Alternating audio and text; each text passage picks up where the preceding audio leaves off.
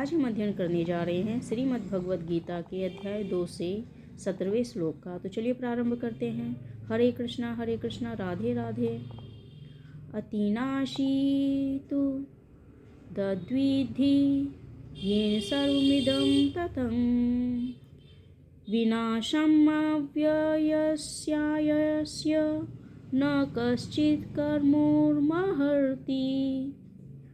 जो सारे शरीर में व्याप्त है उसे ही तुम अविनाशी समझो। उस अव्यय आत्मा को नष्ट करने में कोई भी समर्थ नहीं है। इस श्लोक का तात्पर्य है, इस श्लोक में संपूर्ण शरीर में व्याप्त आत्मा की प्रकृति का अधिक वर्णन, स्पष्ट वर्णन हुआ है। सभी लोग समझते हैं कि जो सारे शरीर में व्याप्त है वह चेतना है। प्रत्येक व्यक्ति को शरीर में किसी अंश या पूरे भाग में सुख दुख का अनुभव होता है, किंतु चेतना की यह व्याप्ति किसी के शरीर तक सीमित रहती है। यह शरीर सुख तथा दुख का बोध दूसरे शरीर को नहीं हो पाता है। फलतः प्रत्येक शरीर में व्यष्टि आत्मा है और इस आत्मा की उपस्थिति का लक्षण व्यष्टि चेतना द्वारा परिलक्षित होता है। इस आत्मा को बाल के अग्रभाग के 10,000वें भाग के तुल्य बताया गया जाता है। श्वेताश्वतर उपनिषद में इसकी पुष्टि हुई है।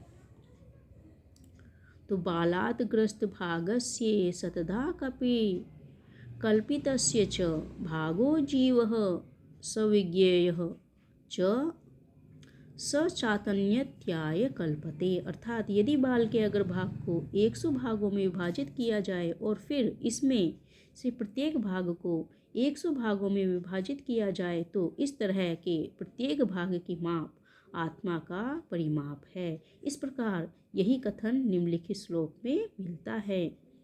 केशाग्रसत् भागस्य शतांशः सादृशात्मकः जीव सूक्ष्म स्वरूपोऽयं संख्यातीतो ही चित्कर्णः।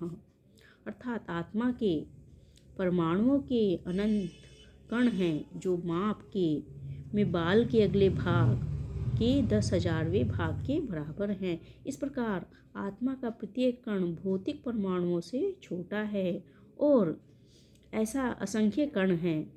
यह अत्यंत लघु आत्म स्फुलिंग भौतिक शरीर का मूल आधार है और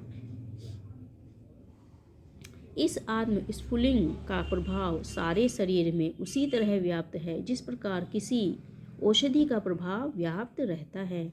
आत्मा की यह धारा सारे शरीर में चेतना के रूप में अनुभव की जाती है और यही आत्मा के अस्तित्व का प्रमाण है। सामान्य से सामान्य व्यक्ति भी समझ सकता है कि यह भौतिक शरीर चेतना रहित होता है पर मृतक हो जाता है और शरीर में इस चेतना को किसी भी भौतिक उपचार के कारण उपचार से वापस नहीं लाया जा सकता। अतः चेतना भौतिक संयोग फलस्वरूप नहीं है अपितु आत्मा के कारण है।